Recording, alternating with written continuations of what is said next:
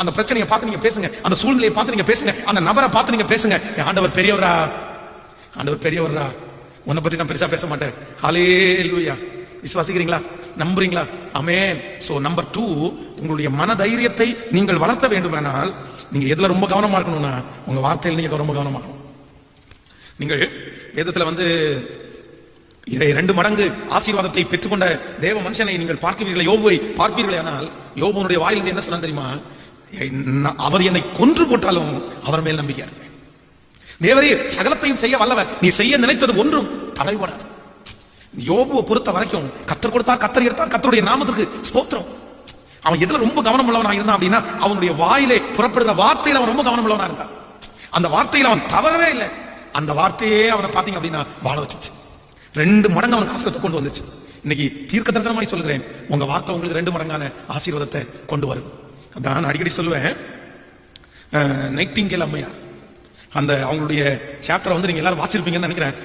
பாட புத்தகத்துல கூட நீங்க படிச்சிருப்பீங்க. அவங்க ஒரு டைம் யுத்தத்தில் நடந்து கொண்டிருக்கும் போது அந்த யுத்தத்தில் இருக்கிற அநேக வீரர்கள் அப்படியே பட்டயத்தினால விழுந்து கொண்டிருந்தார்கள், நோயினால விழுந்து கொண்டிருந்தார்கள்.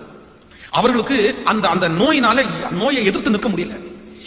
அந்த நோயை அவர்களுக்கு சுகமாக்குறதுக்காக மருந்து எடுக்கிறதுக்கு பல கிலோமீட்டர் தூரம் பிரயாணம் பண்ணி போயிட்டாங்க. அங்கிருந்து வரதுக்குள்ள ஒவ்வொரு வீரர்களும் இறந்து கொண்டே போகிறார்கள்.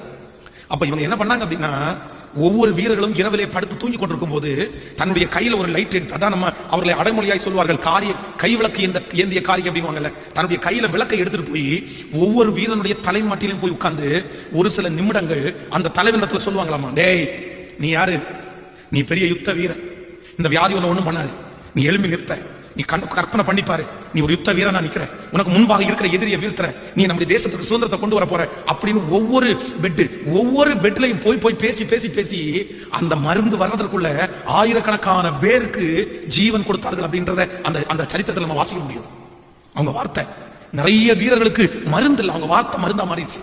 நான் நம்புறேன், உங்க வீட்டுல சோர்ந்து போய் இருக்கிறவங்க, உங்க வீட்டுல உடஞ்சு போய் கிடக்கிறவங்க, தைரியமே இல்லாம இருக்கிறவங்க இடத்துல பார்த்து நீங்க நிறைய பேர் எதில் அவங்களை தைரியப்படுத்தணும்னா வார்த்தைகளை பேசுங்க, வார்த்தைகளை பேசுங்க. வார்த்தைகளால நீங்கள் அவரை தைரியப்படுத்த ஆரம்பிங்க. நான் நம்புறேன், ஆண்டவர் உங்களுக்கு பெரிய அற்புதம் செய்வார். ஹல்லேலூயா.